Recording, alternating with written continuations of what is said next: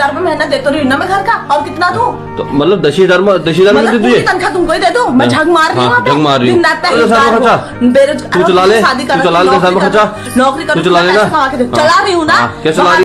Police madam को दुईटी मुह, घरे माँ और बाहर कानून रक्षक, घर संभाଳିबे ना चाकरी, यह नहीं प्रश्न उठी। एक पुलिस मैडम जीवन दुईटी बाट चाप पड़ी, पर छुआ को संभाल, स्वामी को आशा जे पुओ को संभालू। एबे कामर दायित्व समस्ते किसी ना किसी निज जीवन में करि। समाज माँ को कहे प्रथमे घर संभाल पर बाहर काम देख, किंतु यही प्रश्न तांको पाई चिंतार जनक। समाज केबे सेमानक लड़ाई को गुरुत्व देवे नहीं। पुलिस मैडम असल कहते क्या मु गुरुत्व देवी, चाकरी ना स्वामी ना छोट पिला, से मासक टंका घर को दौरान तापर कहीं से घर संपूर्ण छाड़ी चाकरी त्याग करेंगे। से छोट पिला को नहीं घरे स्वामी स्त्री भितर सबुबले झगड़ा चली।